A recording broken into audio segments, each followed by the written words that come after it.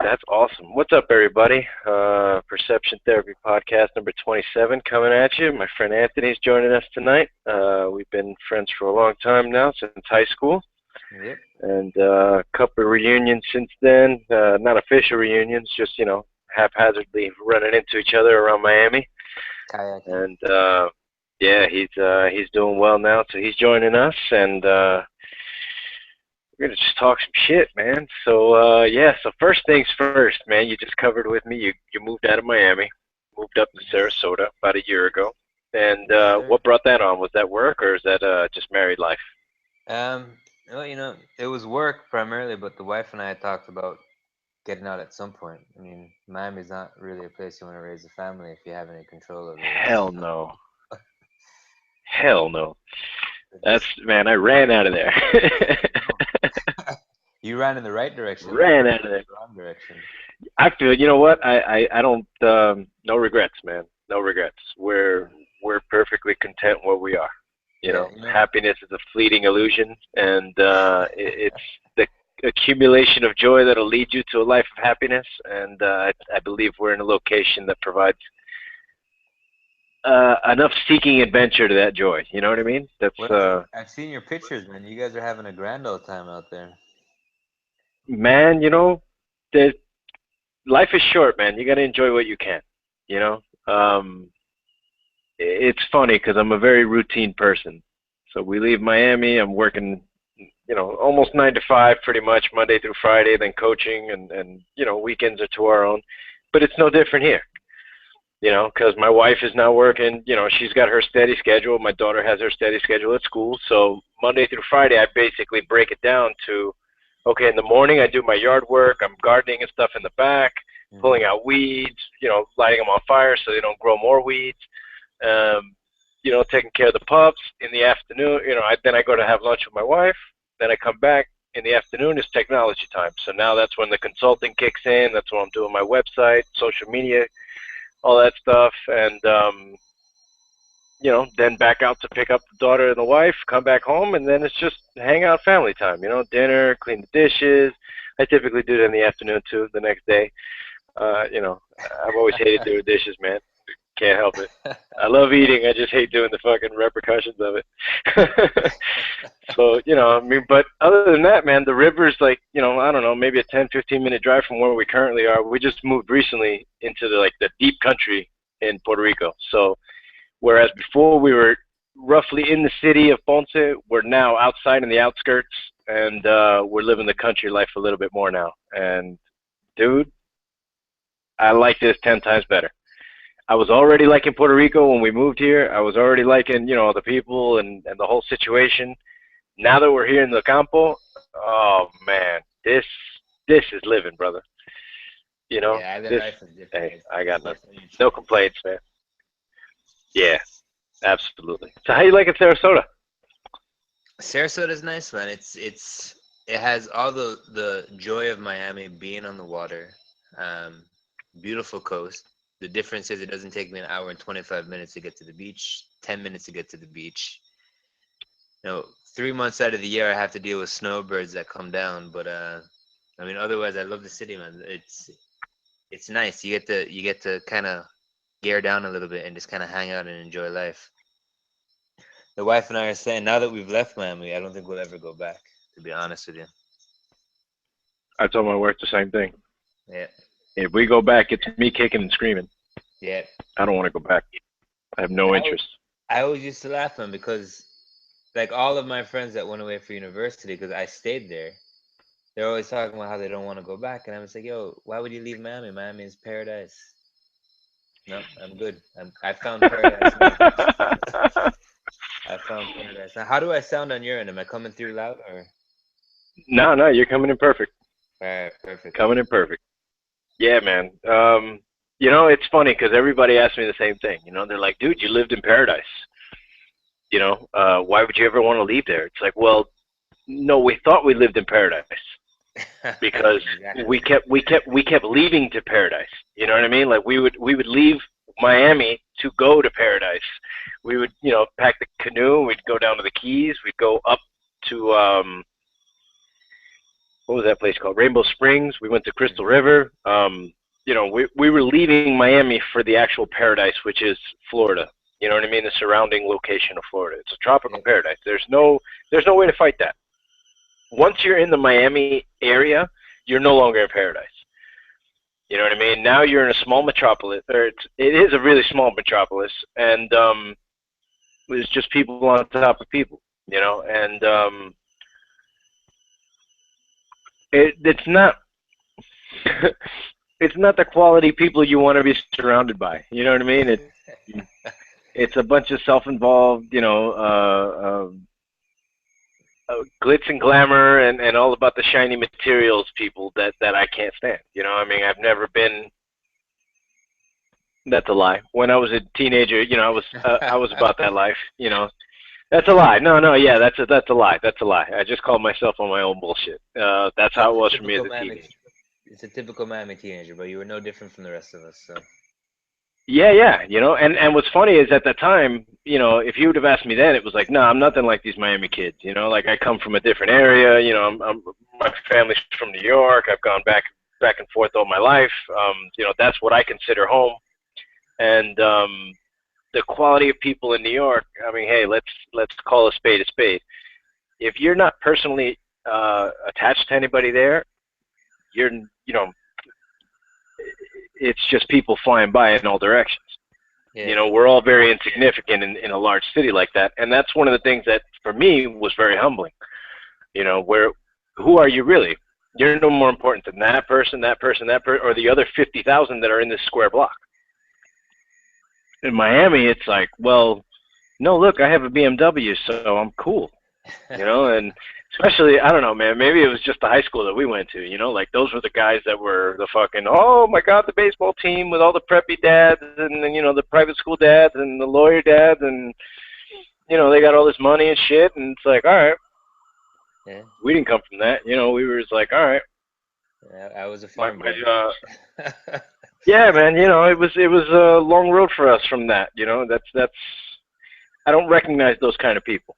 You know what I mean? That's not my crowd. I can't talk to them.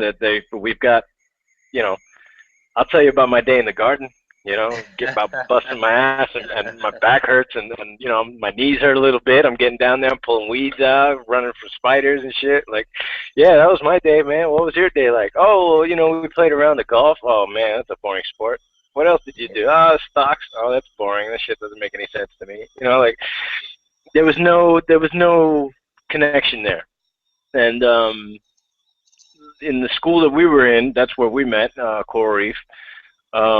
It was a magnet program. So it was a school in Richmond Heights, and they would bus people in from all over Miami because it was a new magnet school, and it was supposed to be special and new program and this and that and the third. And me and you made it into the freshman class, the first freshman class there. You're part of the first class to go all the way through from freshman to senior and graduate. I did not have that privilege. Not that big, you know, of a privilege. No, not at all, man, not at all. But back then it was like, wow, we're gonna be the first ones to graduate from here. Cool, you know. Yep. Now it's like, yeah, where did you? You know, when the last time I was asked where I graduated was, I don't remember. Like, you graduated somewhere, right? Yeah, like, yeah. Somewhere I graduated. High school degree, right? Yeah, I got that. Let's go. Yeah, got that. Got that in the bank. Let's do it. I can't tell you how little that's mattered at all in life, man. It's so funny how much of a big deal they put on it. Even more so when you leave the city. At that point, it means absolutely nothing. It's like, you went to what school? Yeah, okay. Absolutely. Yeah, who, where? Nobody cares. Can you do this or not? Period. You know, especially when you're in the workforce. You know, once you're working, it's, you know, what little you needed from high school was math, correct English, which, you know, let's be honest, man, a lot of people still don't use, myself included. I'm a very short to the point person. I won't give you all the extra words if they're not necessary. Say what you need to say. This is what it is. Yeah, that's it. I don't have time to fuck around and waste time with you. My time is too valuable. So if we're in this meeting, let's make this shit productive because I gotta go. And if you guys want to sit around and politic, then I gotta go. All right, the IT part is over. Um, so I mean, you understand that because Yep. you worked for Alienware for a while. Yeah, I did. Um, you were doing what? Brand management there, right? Yeah, well, I worked my way up to doing brand management. Started at the bottom though. I was wiping other people's asses at the start. That's the way it happens. That's the way it happens. That ladder climb. So you've switched positions since then. Where are you working now? I work for a company based out of. What are you doing now? I should say. I'm still in marketing. Marketing manager for a company out here on the west coast of Florida that manufactures. Excuse me, I had a brain fart. Manufactures supplements like enzyme digestive supplements. Yeah. So Oh, cool. yeah, it's That's a yeah. complete shift. Complete shift. There's a big learning curve the first couple of months, but the way I see it, marketing is marketing. It doesn't matter what you're selling, as long as you can tell a story. As long as you can connect with your audience, you're absolutely right. It doesn't matter what you're selling. So it's just one Absolutely challenge true. to the next. Now that brings up another question because all right, so in my life I've worked some shitty jobs, man. That were no, seriously, questionably is not even the answer, the correct terminology. Uh, unquestionably unmoral in my jobs, in my career field, in my past, right? So, briefly, I worked for a Rent-A-Center when I got out of the military. I had no real backup plan for leaving the military, and I was not expecting to leave for 2 more years. That was cut 2 years short, and I had no plan. So I did what I had to do. I got myself a job at. Yeah, all right. So we can go back to that real quick. Signed for 6 years to go to the military to be an aircraft mechanic, or wait, shit. What was the technical term for my job? It was aerospace maintenance engineer. That was the technical term for the fucking paperwork that I signed to go into the military and be this badass fucking engineering wizard motherfucker to go fix planes. To break that down, that word means you're a fucking mechanic. Aerospace maintenance engineer means you're a fucking mechanic. Here, grab a wrench, grab this 50-pound toolbox, go lug it around the fucking flight line and go fix shit all day long, all night long. So, truthfully, I had the idea of what I was getting into. I like working with my hands. I've always been very analytical as far as things work. I was just telling my daughter this the other day. I used to take apart my grandfather's radio while he was listening to it. I would take it apart and put it all back together, And that was just something as a kid I liked doing. I would take apart my toys, figure out how they were working on the inside, and then put them back together. Yep. So to me, that was a big part of it. I like tinkering with shit. So when that opportunity came around, it was like, well, what do I want to do in the military? That's a great question. I'm 18. I have no idea what I'm. I know I like sports. I'm really good at hitting people if you let me. I don't want to get a gun and go into the field. That's I want to come back alive. You know what I mean? Like, I had September 11th had not happened yet. That was June of 2001 when we were about to graduate. Yep. That's when all this was happening, like the beginning of June. I was going to Sunset, and I had no expectations of a good life after high school. It was like, okay, this is what it is. It's all good. Happens, yeah. Just playing it by ear, and that happened. Went there, did 2 deployments, learned a lot about aircrafts, learned a lot about myself, learned a lot about different cultures, and really started to formulate a really negative opinion of what we were doing as a military over there. One thing led to another. I ended up taking a Percocet without a prescription, and in the military, that's a misdemeanor. So 2 things happened on that, one worse than the other. The worst thing was that I screwed a friend of mine over because he was the one that gave it to me. He was being a friend, you know what I mean? I got hit playing hockey. My back was all fucked up. He knew what he knew what I did for a living, and he knew what it meant. And you know, my back was all fucked up, and I was like, dude, my shit is hurting right now, and I gotta go to work tomorrow. And he was like, dude, you know, I just had my wisdom teeth pulled out. I got Percocets over there in the bathroom. If you want one, you know, go ahead and take one. You know, you'll feel your back go numb, and you won't feel shit tomorrow. I was like, all right, cool. Just like he said, it is how it happened. You know, months down the line, we got into some different shit, and you know, he was under investigation, we were under investigation, and it was, you know, I got questioned. So during the questioning, they're asking me about some pills that he was giving me, and I was like, no. Whoever's telling you this shit is giving you bullshit. He's only given me one pill in my whole life. He gave me one Percocet because he was being a buddy, and, you know, my back was all fucked up. I went to work the next day like nothing, you know, nothing ever came from that. And, you know, they were like, oh, really? And then I just saw them writing shit down. It was like, all right. A couple months later, boom, now, you know, now I'm on, you know, I have problems now. He's got even more problems now because now, you know, it makes it look like he's doing worse things than what was happening, you know? Yeah. So, unknowingly, I threw him right into a bus that he wasn't even on. So, you know, that for me was the worst part. And then the other part was that, you know, that's it. They wanted me out of the military. These are your two options. You either get out now, 2 hours early, or I'm sorry, 2 hours early. That would have been good. 2 years early, or you know, we prosecute you to the fullest extent, and we try to get you, you know, thrown into jail. And I was like, are you kidding me for a fucking Percocet? For one Percocet? And they were like, no, yeah, it's a misdemeanor, and you know, you were. I forget the terminology they used, but basically saying that there were worse things going on, but that's what they had on me so far. That's absolutely insane, bro. You know what? It's bureaucracy at its best. Yeah. You know, it's legalities, it's technicalities, all of which I understand, none of which I agree with.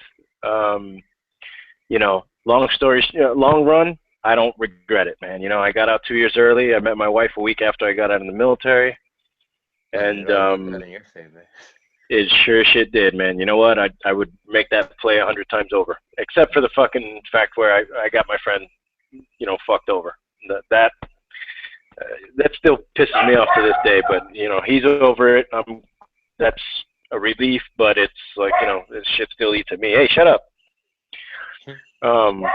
Yeah, the dogs are probably the most annoying thing here, and two of them are ours. We have a pit bull next door just had puppies last night. She had 7 puppies. And we'll be dealing with that in the coming months. But yeah, man, so got out of the Air Force, you know, no plans, I had the option to get my A&P license for mechanics, or for aviation. And I didn't do it because I didn't expect to need it. You know, at the time I was thinking life, retirement from the military and stuff like that. When I was early in, it was like, yeah, man, I'm going to be in this shit for 20 years, you know, like I love my job. My job was the shit, you know, really. We're fixing planes, working my ass off with some really good mechanics that taught me a lot of shit. And, you know, no regrets there, man. The work was great. The bureaucracy of it was what sucked. You know, I don't like being told what to do just because you said so and you've been here longer than me. Yeah, that's you know, if you're doing the work I'm doing and you tell me to do something and I know you know what you're talking about, I have nothing to say. I'll follow every word you've got to say because I know you know your shit. Mm-hmm. But if you come out to my field of work when you sit at a desk all day, you've never done my job, not even once a day in your life, and you want to tell me how to do my job, now we have a problem. So, you know, the military is not built for people like me, but it works in the favor of a lot of other people. You know, my father-in-law who lives upstairs is a retired from the Army, you know, 20 years. And I know a lot of retirees. They're all good people, you know. They did what they had to do, and some of them stay in even longer than 20 years to get the full retirement, you know, like full on, I never want to lift a finger in a day in my life after I leave here kind of retirement. And that's good. Yeah. You know, the way I got out, they kind of stiffed me on my benefits that I was supposed to get, which weren't too many. You know, I mean, I didn't have anything medical coming to me. I was relatively fine after the military. But the GI Bill was a big one that I'm still trying to fight to get overturned. Yeah. It's been 5 years since I got out, so they told me after that time I could apply to have it under honorable conditions.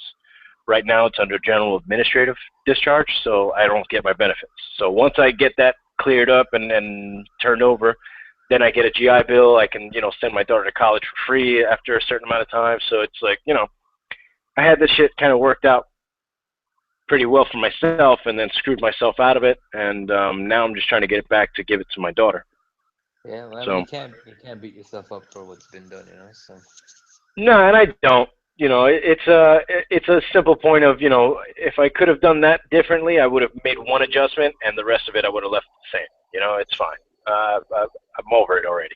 It's just what happened. So, once I got out, it was like, dude, what am I going to do? So I just took a job. I had already met my wife now. At the time she was my girlfriend. It was like, here I am, this unemployed dude just got out of the military with no options. You know what I mean? I felt like I was getting out of high school all over again. I was like, fuck, what am I doing?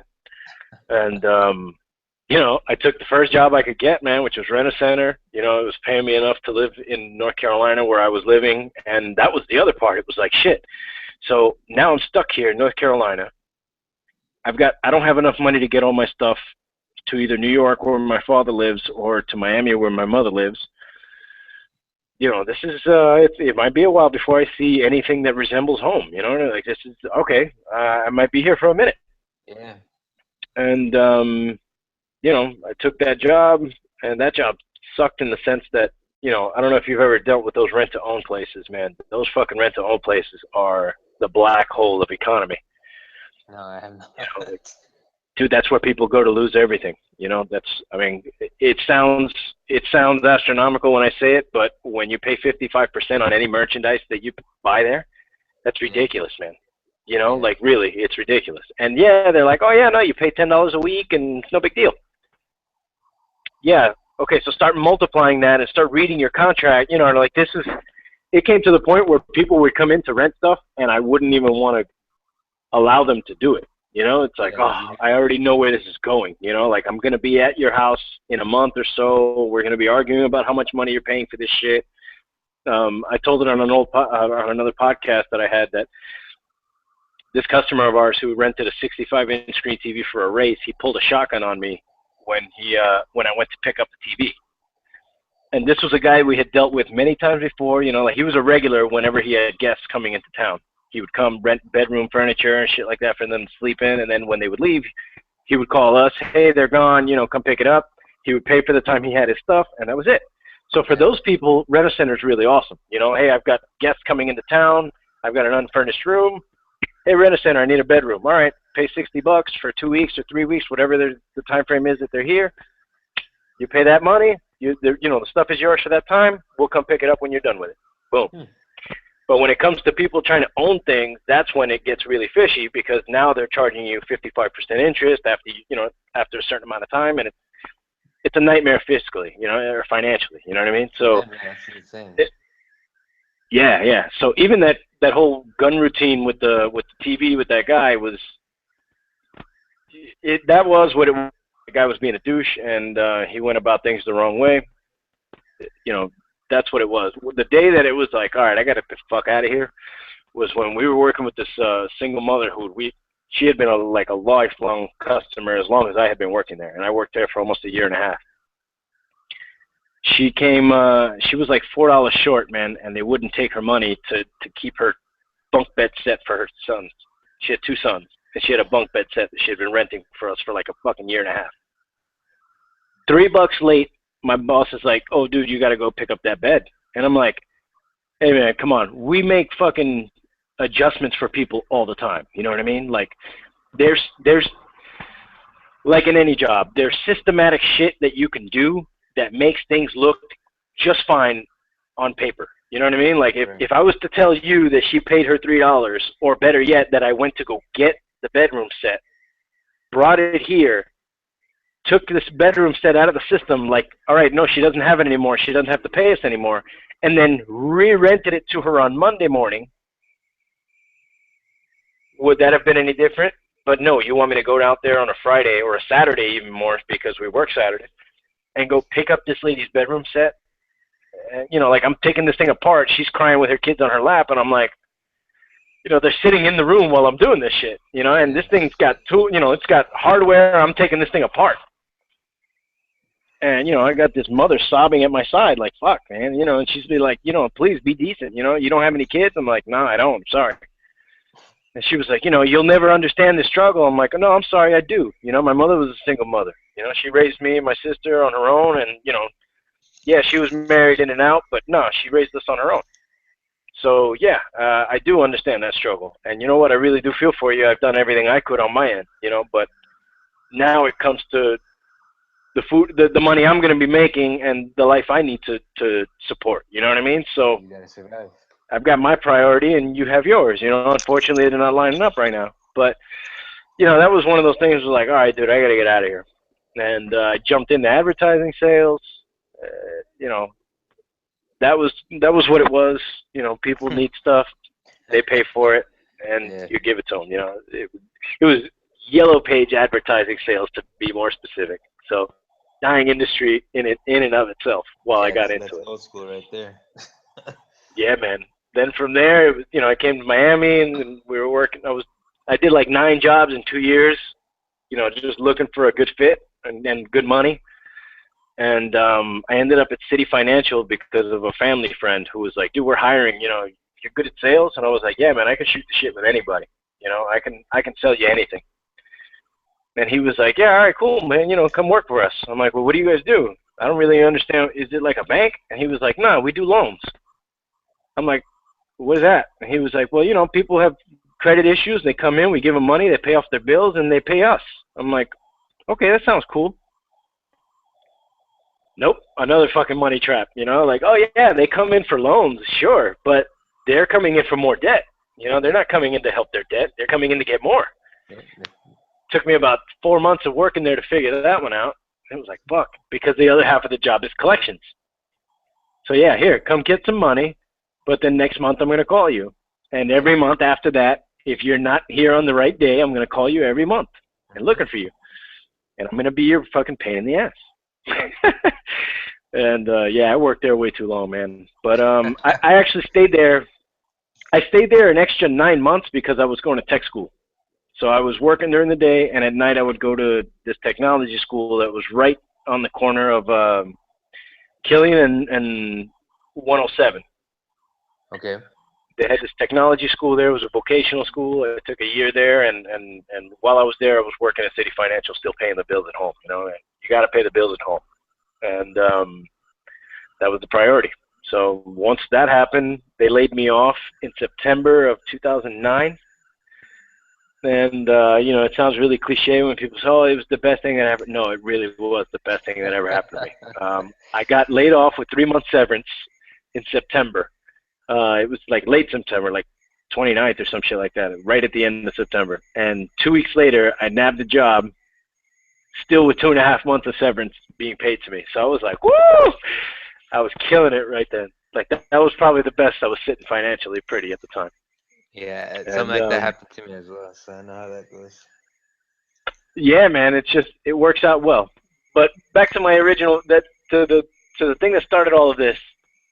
I feel like not that there's anything bad, obviously, with Alienware. They're a good company, but in the sense of now you're pushing a health product, or you're helping to push a health product. Is there more satisfaction that comes into doing what you're doing now? You know, to a degree there is, because we're business to business, we sell it to health food stores so that they can sell it to individuals.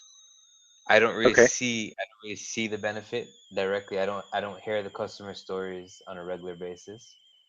We do on occasion, some of the health food stores or some like Vitamin Shop or Whole Foods, some of their clerks will tell us the stories, and we'll hear people make all sort of claims. I mean, because it's a supplement, because it's an enzyme, and enzymes are in your body. You know, your body is made up of enzymes.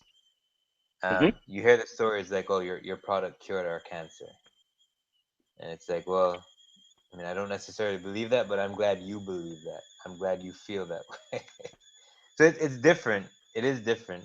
There was more swag when it came to Alienware, man. You walked around with an Alienware hat on, and everyone's like, "Yo, how'd you get that?" So, I run that brand. It's like, "Oh shit, I really want to know you." Yeah. With my current Yeah, I'm company, sure you got like, that. you sell what? I sell digestive enzymes. What's an enzyme? What's that? Yeah. What's that? So it's definitely different. I am enjoying it though. I am enjoying it. It's That's good, man. It makes a big op- difference. yeah, it's opened up all new realms to. I was kind of living out of my own, doing my thing.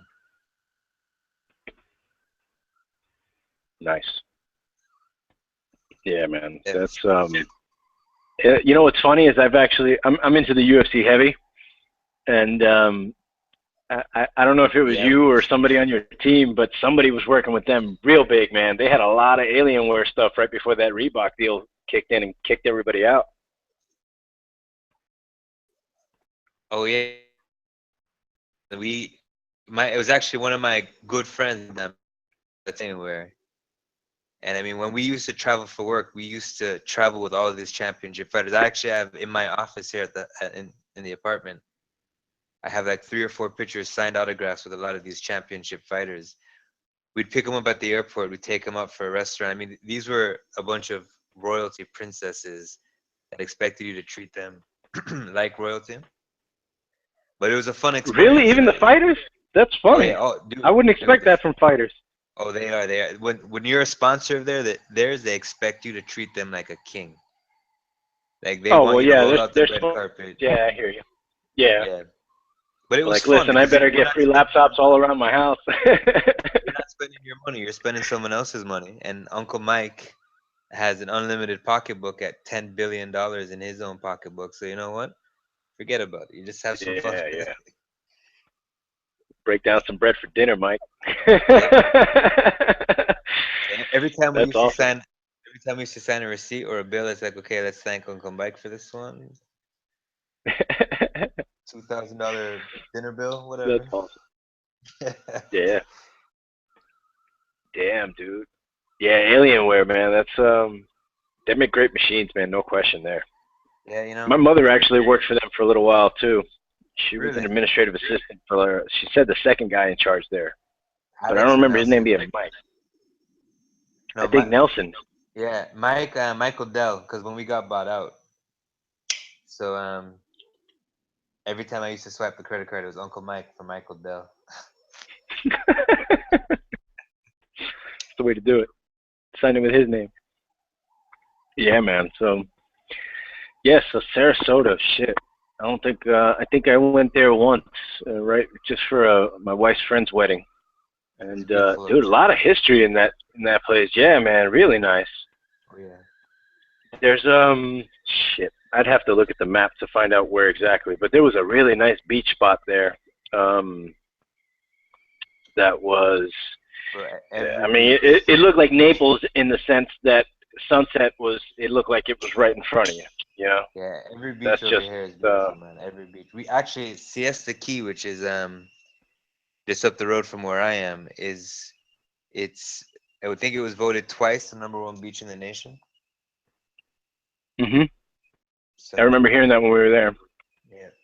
It was yeah, it was nice, man. We went to the fort. I forget what the hell it was called, The what? but yeah, it was really nice. The fort that's there, I forget what the name of the fort was. Oh, my wife would know. There's She knows the history up here. I'm looking for it. It's an island, right? There's I think so, yeah. Yeah, that's just off the Tampa It's Bay. like kind of peninsula. Oh, Here I am trying to find it. Oh, there it goes. Dude. So we were out by Longboat Key on Holmes Beach. okay. Holmes Beach. That's where it was that we were at. And that was nice, man. Really, really nice. There was some really nice restaurants in there. There's a place you got to look at it, and I'm only telling you about this place because my wife and I enjoyed ourselves so much. I'm trying to find the actual restaurant now. Sorry, but this place was too good not to throw it out there. Cortez looks familiar.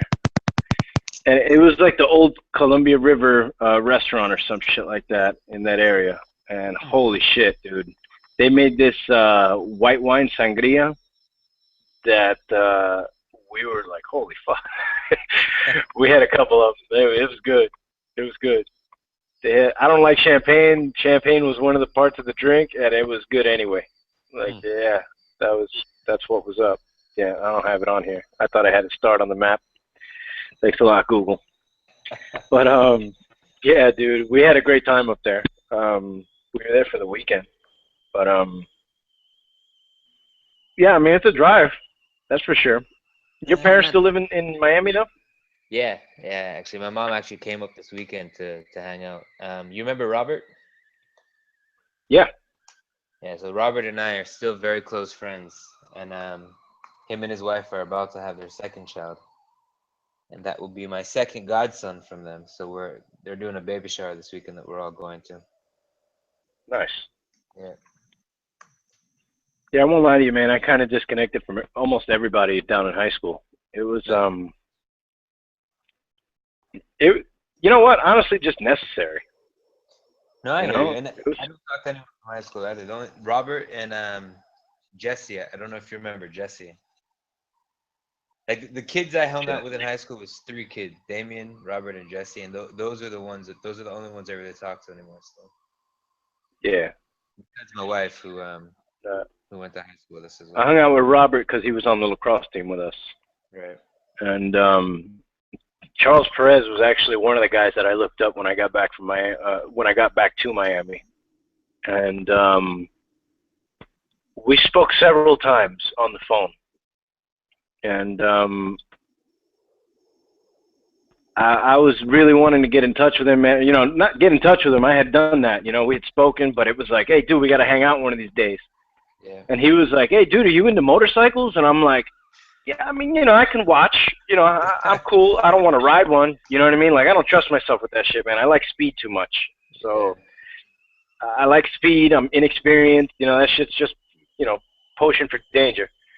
And he was like, nah, man, you know, there's no danger in it. You know, I'm like, yeah, it's just, you know, I don't trust Miami drivers, man. Dude, less than a year later, he got killed on a motorcycle right in South Miami. Yeah, I remember. You know, it's like, holy fuck. And that was shit, man.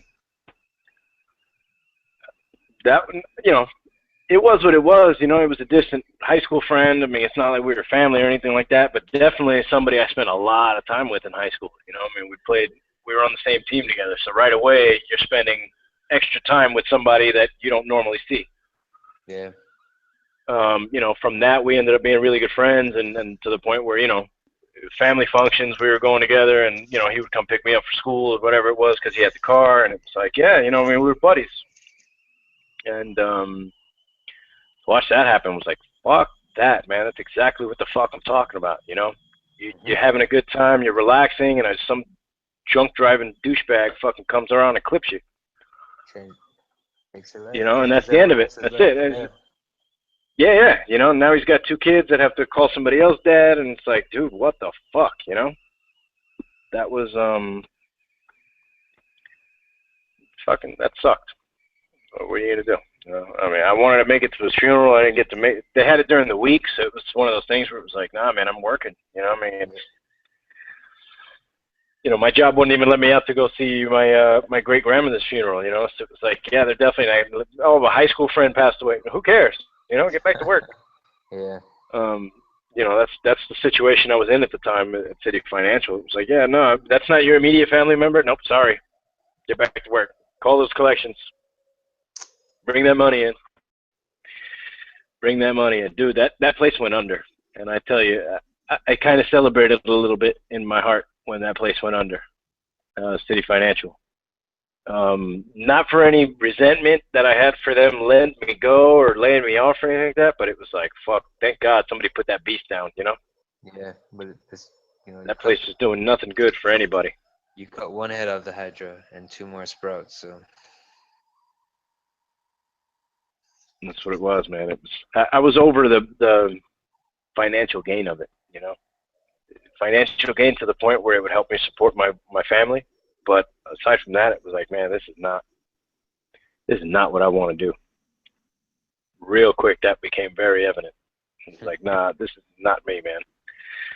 So, and you know, again, back to the tinkering and trying to fix everything and just figure out how shit works, you know, just threw myself into technology, man. It was, it felt like a natural fit. And the more and more I figured out about it and the more pathways, you know, honestly, the flip side from the breaking point for me to choose it was I have to pick something. I had no career path. You know, I was jumping jobs. In 2 years, I had gone through like 9 different jobs in Miami. It was like, you know, I need something that is going to give me the kind of experience that nobody will be able to take away from me. Yeah. You know, I had the Air Force and I had, you know, my aircraft mechanic experience. I had 4 years of that straight, and then I got another year and a half when I was in the civilian world. Once I got out and I was working in Miami, I worked at Miami International, and I also worked at Tamiami Airport for a little while. But the license there is what rules everything. You know, if you don't have an A&P license, you're making a living wage, but you're not making money that's worth the you know, the sweat off your ass. You know what I mean? Yeah. That's coming off while you're working out there. So it was like, yeah, fuck that. And I left that, and I had to find something that was like, you know, what's going to be around forever, that people will always need, that I can get in on and can make something happen. And it was, you know, technology. All right, cool. So went to tech school, learned all the old Microsoft shit and server administration, business administration from the technology side. And we started out in a class of 26 guys, and if it wasn't for my friend who transferred from the morning class to the night class, only 2 of us graduated.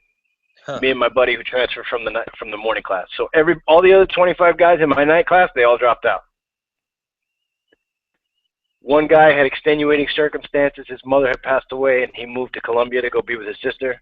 Other than that, everybody else just kind of dwindled away. You know, they all just kind of fucking quit and fuck it, this is not for me. And I was like, dude, we had to sign student loans for this shit. And you guys are just going to quit like that? You know what I mean? Like, no, man, there's debt involved in this bullshit. No, I'm finishing this shit. I wasn't going to go that route. I was like, fuck that. I got shit to do here. I hear that. And, yeah, man, jumped around from technology job, worked at a school, worked at a clinic. The clinic was probably the most satisfying, but definitely the most frustrating. You know, it was that double-edged sword there, man, where I was fucking busting my ass, but at the same time, I was helping people who help people. You know, and when I made my peace with that, it was like, oh no, this is what's up. You know, yeah. And, you know, I got shit, you know, yeah, oh, dude, you signed student loans to go get in debt to go work in a non-for-profit that treats homeless people? What the fuck is wrong with you? Like, well, what's wrong with that? You know what I mean? Like, I support a network, and my network just happens to be in a clinic. And, yeah, the clinic sees homeless people, so what? Oh, but don't you feel disgusting around all those homeless people? Honestly, I feel more disgusting when I'm around rich people. As I said, you should feel disgusted around that person for even saying that. I definitely was, you know. I definitely was. It was like, yeah, no, I feel more disgusting around rich people. Not because I'm disgusting, but because they look at me like I'm disgusting. You know what I mean? So it's like, yeah, no, I'm more comfortable with these people. You know, I mean, I'm originally from New York. I've seen a lot of poverty in my eyes. You know, we've never lived the lives of you know, the shiny and the new. So, you know, this is a stone's throw away from my perception growing up as a kid, you know, which is, you know, money's not everything. Those people for sure know that, you know, and it brings them to a level that makes them more humble than most people you can meet. You know, talk to somebody who has nothing, and then talk to somebody who had everything and now has nothing. You know, and that's when it's like, dude, you know,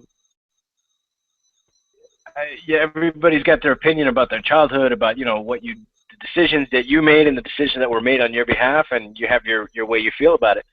when you talk to those people, it's like, oh man, I had it so easy. You know, like I really did, man. As tough as it was easy compared to some of those people's walk. Yeah. You know, and they always say, well, it's unfair that you should judge that, and you know, you can't judge somebody by where they've been in their lives by, you know. No. I can tell you, just from listening to that story, no, yeah, they had it way worse than me. So no, I'm good. You know, I took a couple beatings as a kid, and you know, I'm not better for now. You know, it gave me the thick skin I need to handle myself in other situations when I was older. So you know, that's it is what it is.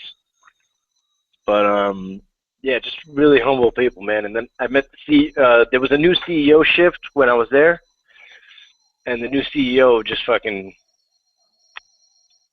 He was one of those universal people. You know, salt of the earth, just fucking genuine good motherfucker. Yeah. You know, and hit it off with him right away. You know what's funny is at work they always say, you know, in the business place there's no room for politics and religion, right? So the place where I worked,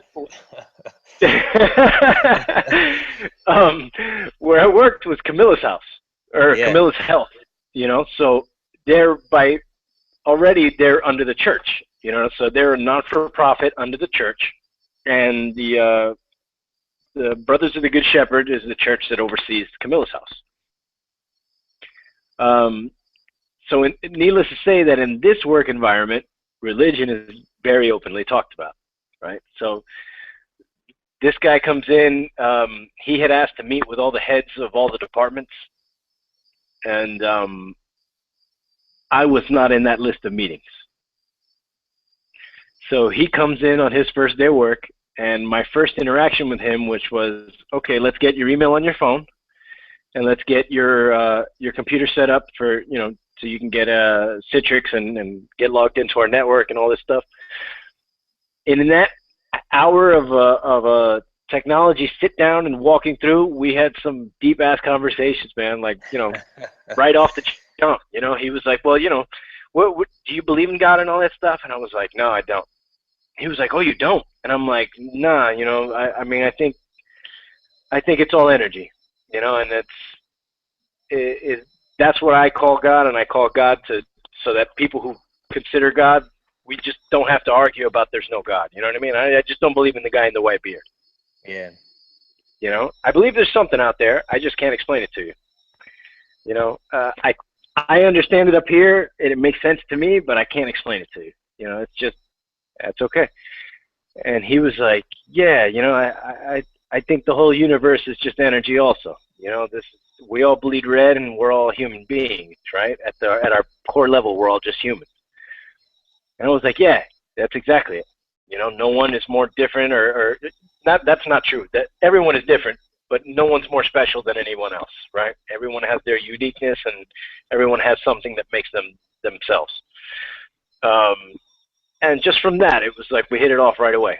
Oh, cool, man. Yeah, that's how I see it, you know. And he was like, yeah, you know, I think some of these church people are way too uppity, and they have this aura about them that they, and what the coolest shit was that he is a homosexual guy, who's very open about it. You know, he's married to a gentleman, very nice gentleman, and it was just a fucking funny dynamic, man, you know, because he was like, yeah, you know, I'm gay, and they let me be in charge of the church's clinic. And it's just, you know, like the light and humor that he spoke about it with was just very refreshing, you know, like, oh, dude, you're a normal person. That's awesome.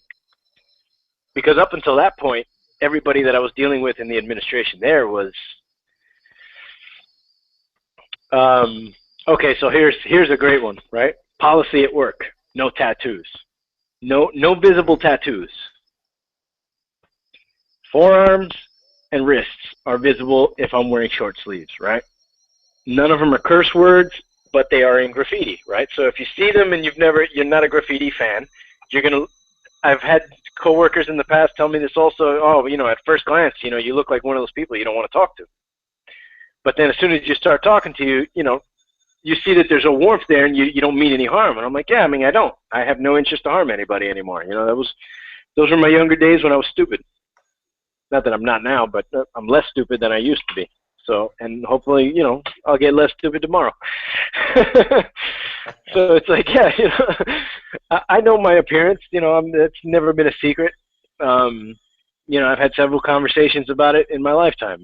What you look like and what you're perceived as, and then how you come off, and that's a conversation that's never changed, really.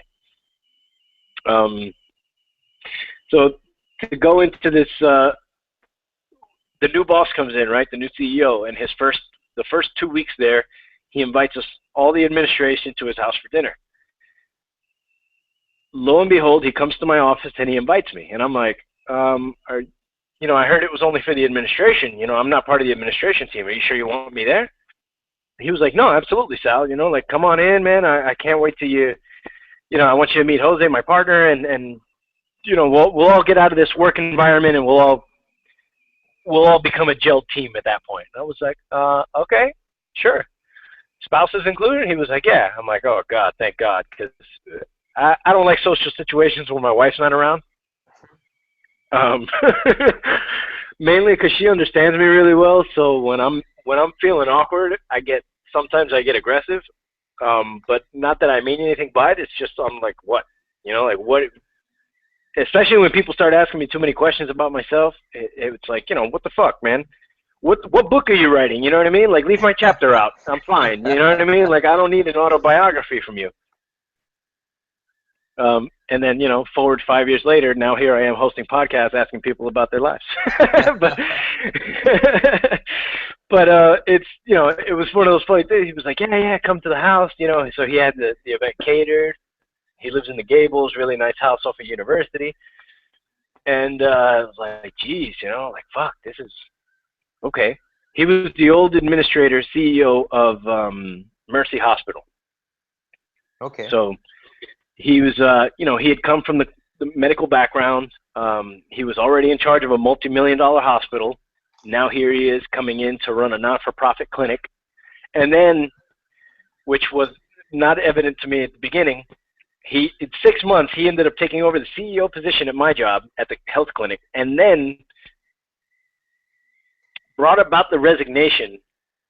And I only say that because he made things very apparent that this guy was doing shit that was fucked up, right? The guy who was running Camilla's house. Mm-hmm. So he stepped down, he resigned, and my boss, the CEO, took over the CEO of Camilla's house and health at the same time. So he's the CEO of both organizations. At that point, oh, sorry. So let me get back to dinner. So at dinner, we're having conversations about life and about, the struggles you went through. And he's telling us about him being Cuban, from an Asian mother, and how they were discriminated against in Cuba because she looks very Chinese, his mother, and she was there at the dinner also. And so we're talking about those times in our lives where it was like, yeah, people look at you, but what people think of you has nothing to do with who you are, right? So here we are in this we're all sharing that story, and the only person who doesn't say shit about her past is the HR person. And this lady, I had butted heads with her the whole time I was there. She's one of those people who's into the appearance, right? So she's the one with the policy of the no tattoos.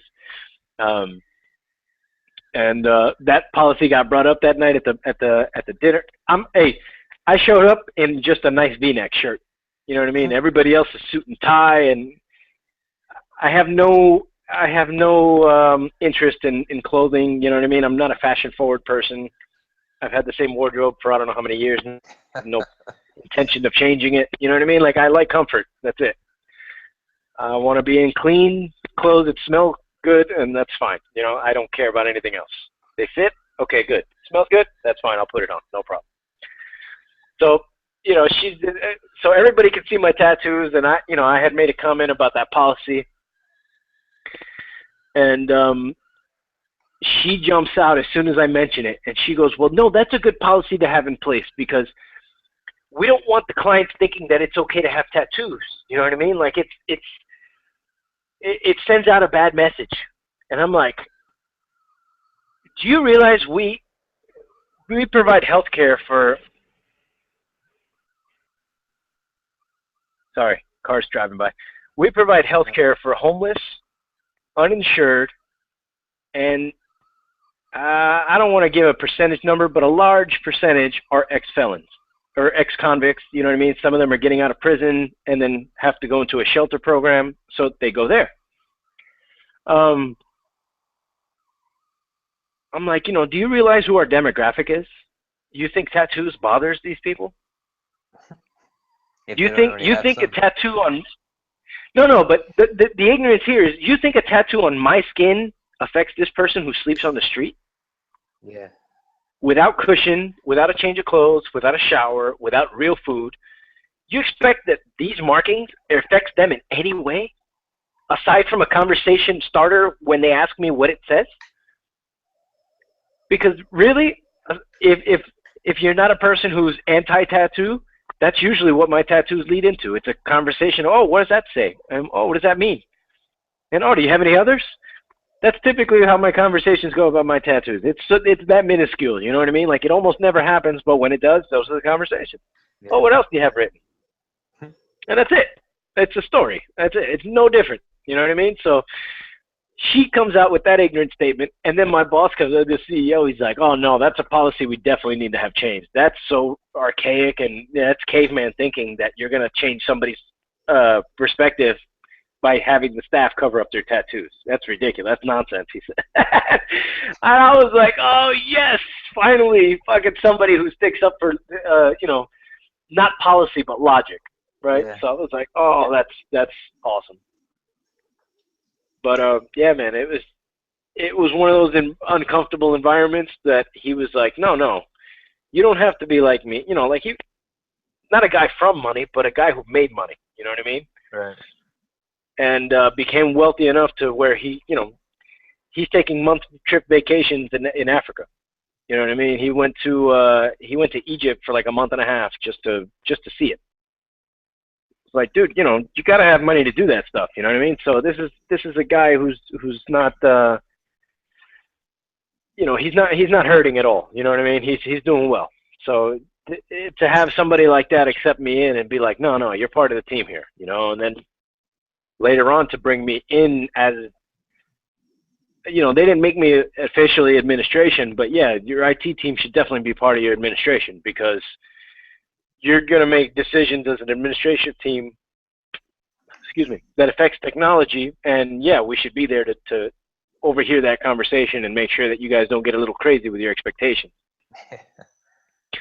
And that was cool, man. I like that position a lot. I miss that job sometimes, but that's only when I'm thinking very petty. Honestly, that's like when I want to feel important. It's like, yeah, I missed that job. I missed that job where my phone went off 16 times in 2 minutes and everybody needed me at once because everybody had an emergency that only I could solve. Everybody had a project that only I could help them with, and everybody had a deadline only I could help them meet. So yeah, it's nice to be useful, man. I like being part of a team. That's always been a big thing of mine, and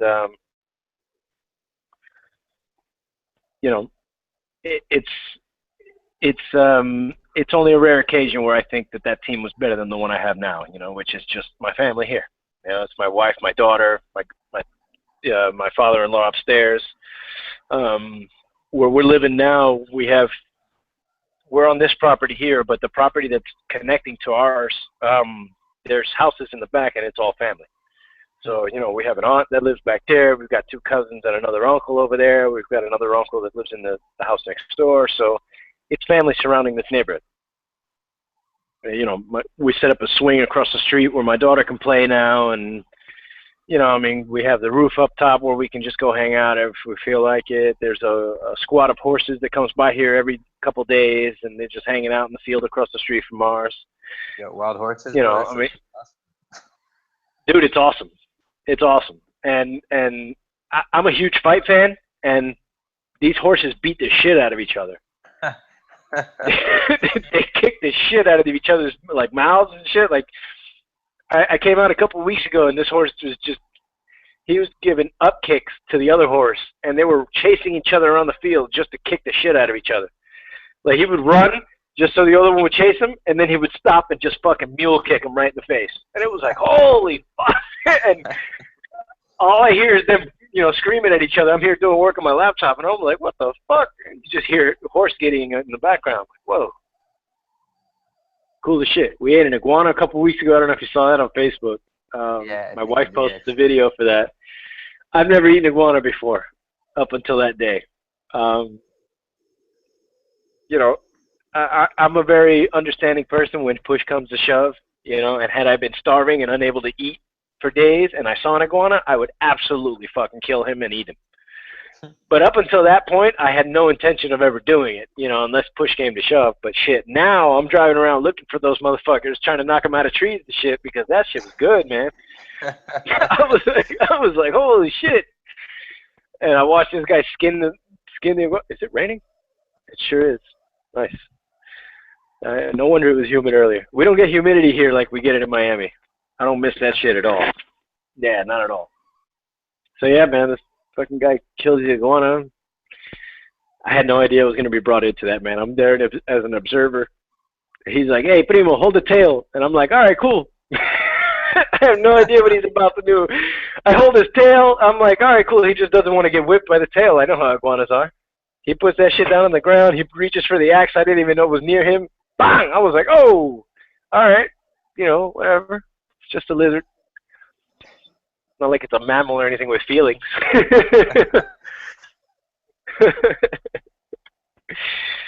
Oh, man. So that's awesome, dude. You're huh? As I said, I think in Trinidad, where my wife is from, they eat iguana, armadillo, all kinds of wild meat is what they call it. Not my meat thing, is meat, man. Yeah, I guess. I guess. Meat is meat.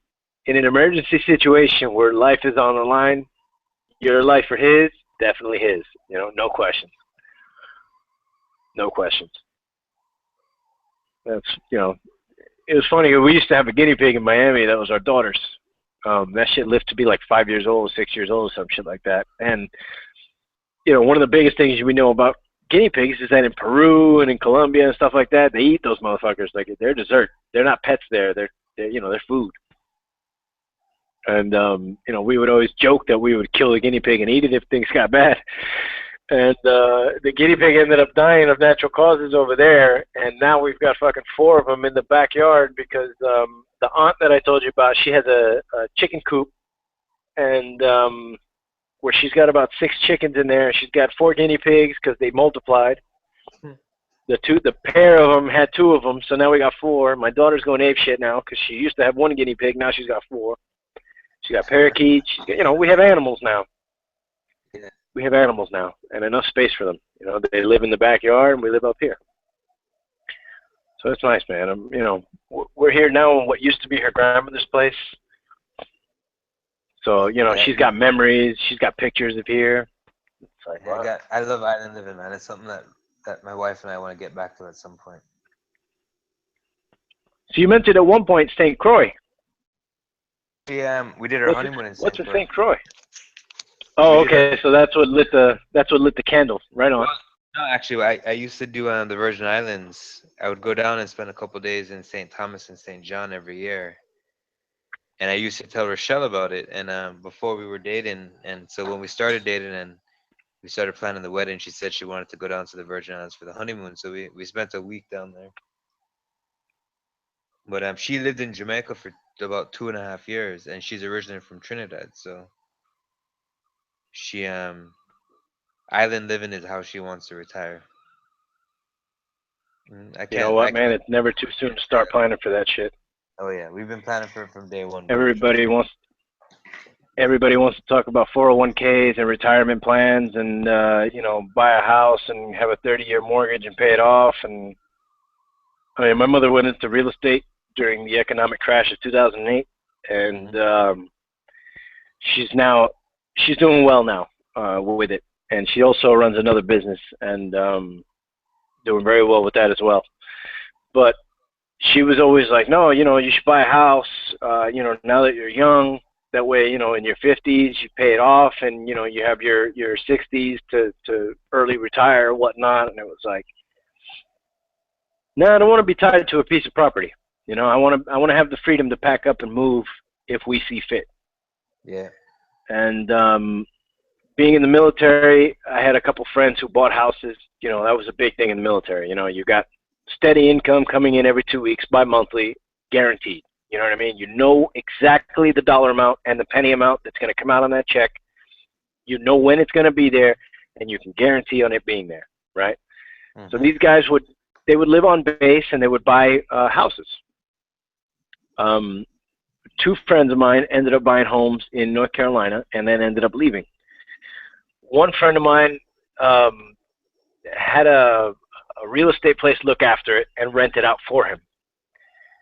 And that went well for him for a couple of years. And he said a couple of years ago, you know, I've been out of the military now over 10 years. But a couple of years ago, the property management place contacted him that the previous tenant had ruined the house. You know, they had screwed up a lot of the drywall, a lot of the plumbing was messed up, and you know, just a laundry list of things that you don't want to have happen when you're the one that has to pay for the repairs. You know, when it's your home that you have to pay for. Another friend of mine had a similar situation, except he was renting directly to the guy. He wasn't going through a property management place. He was renting direct. Rented to a military guy, and you know, just, the guy didn't take care of his place. So after years of him not living there, collecting rent on it, but you know, he had told me he had some problems with some tenants, and you know, long story short, now that he's trying to sell the place, he's trying to get rid of it, and he's like, dude, I can't. You know, we bought it when it was so much, and if I sell it now, I lose so much on it. And it's like, fuck, man, you know, I don't want to put myself in those positions. So even having my mother as a real estate agent trying to, you know, have my back as mothers will, and, you know, try to give you good advice as mothers try, it's like, nah, I don't want to get tied down to that. And shit, luckily we didn't, man, because, you know, now we're here. And had I bought a place in Miami, I would have had to look after it or, you know, do something to make sure that that money keeps coming. Yeah, you know, now a lot of people, go ahead. As I said, we actually own a home in Miami as well. And yeah, I mean, we thankfully were able to get it rented fairly easily, and but we bought it as a foreclosure, so it's nice, quite manageable. Yeah, absolutely. No, that's good, man. So see, that was a good investment, man. That was smart investing. I mean, I'm sure she was trying to get me into something like that too, but you know, there's a lot of shadiness that happens in Miami, and I just wasn't looking forward to that, man. I was like, fuck that. You want to buy a house somewhere in Broward? I'll buy that. I'll buy a house in Broward, and I'll buy a house in the Keys, maybe. But no, I didn't want to buy a house in Miami. That just wasn't for me at the time. And you know, the retirement is not really anything I've ever looked at, man. You know, that's not an age I can picture myself at. You know, a lot of people are like, oh yeah, you got to plan for retirement. It's like, no, I mean, I don't see that coming to me. You know, I mean, we're not in that generation that's going to have it that good. You know, Social Security's already drying up, and that well's running dry, man. And, you know, it's more about setting yourself up in a plan that continues to bring you income regardless of what's happening around you. You know, so now my IT consulting is doing that. You know, I'm taking routes to passive income like the podcast, you know, stuff like that on YouTube that earns pennies per thousands of hits and stuff like that, you know, whatever it is. But who knows what kind of trend that'll catch into and what kind of money can come from that later, you know. And it's funny, man, because being from New York, from a relatively poor family, moving to Miami as a teenager and really seeing all of those influences, you know, like I said, man, in my late teenage years, it was all about the money. You know, in the military, it was the same thing. You know, how much money can I acquire here? Can I get a part-time job outside of the military to make some more money? Oh, we're going on deployment again? Oh, tax-free income? Let's do it.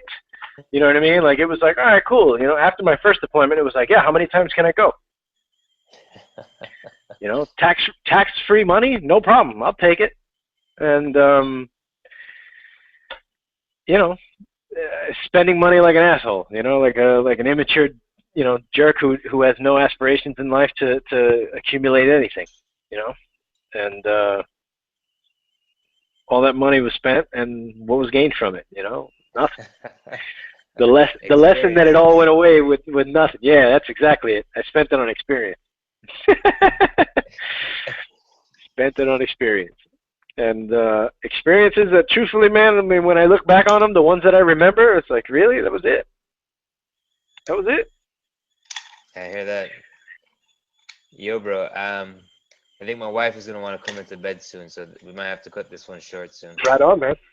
Right on, man. We've been good. Well, no, man, it's been good catching up. Yeah, it has been. But, yeah. Last thing, damn, you know what? It escaped me that quick. No worries. We'll catch up again. Yeah. I don't know where that was going. You got me interested in this podcast thing now. I've always wanted to do a political podcast or just talking day-to-day politics. You know what? I might look into that now. Part two will go into that a little bit more, and if you want to start one up, man, then we can absolutely talk about that, because there's some shenanigans going on this year, and the thing I hate hearing the most when I'm not voting. I'm putting that out there now. Still not registered to vote. I've never cared to vote. In my honest opinion, I don't think much changes when the president is announced. You know what I mean? All the progress that I made while Obama was president was all because I busted my ass to do so. You know what I mean? It had nothing to do with the fact that he was there as a president. That's just what I believe. You know what I mean? Any progress anyone made, or any backwards progress that anyone found themselves in, it wasn't the president's fault. That was on you. You know what I mean? Yeah. And I don't see things changing too much in this go around. Yeah, I mean, what I will say is that it's This year's a little weird, bro, because I, as much as I hear where you're coming from with politics and the president being a puppet, so to speak. Yeah. I mean, Trump and Hillary, bro, they're in a class of their own. They're two individuals that are scary as shit. Absolutely they are, man. Gary Johnson all the way. He's got my support, even though he doesn't have my vote. Yeah. You know what I mean? Like, out of all the people I've heard speak so far, he's got all the most logical answers. Are they all correct? No, they aren't. I've been listening to him now for a couple months, but he's got the most legitimate arguments. Yeah. He's got the most legitimate arguments. He makes the most common sense. His pass as a governor is a clear cut. It's already in the history books what he did. You know what I mean? Like, what he did was a success for New Mexico. And I think he would have a lot of success in the White House also, as far as they will let him go, which is the same thing I said about Obama. You know what I mean? They'll let him push his social agenda and his legislation that they don't see interferes with their master plan. But no, man, they don't really do that much of affecting. You know what I mean? It's their signature on the bill at the end of the day. Yeah, no, I hear that's about it. You know, and yeah, we're definitely gonna have to follow up with that, man. I don't want to get the wife upset. I know it's bedtime, so we'll catch up on that one another day. And all right, brother. Yeah, man. Otherwise, it was good talking to you, man, and we'll see you soon. Yeah. All right, we'll catch everybody. Up. Thanks for joining us, everybody. And actually, you know what? Let me go ahead and take this off live now. Yeah. Catch us again Sunday. I'll be here with my cousin Julio. We have a lot to talk about. He was a former corrections officer in Miami. And this podcast was brought to you by A1Credit.com and MermaidBeachWeddings.com. If you're getting married or if you have bad credit and need some help, contact these two, and they will help you. Let them know that Sal sent you, and they'll take care of you. Take care, everybody. Good night.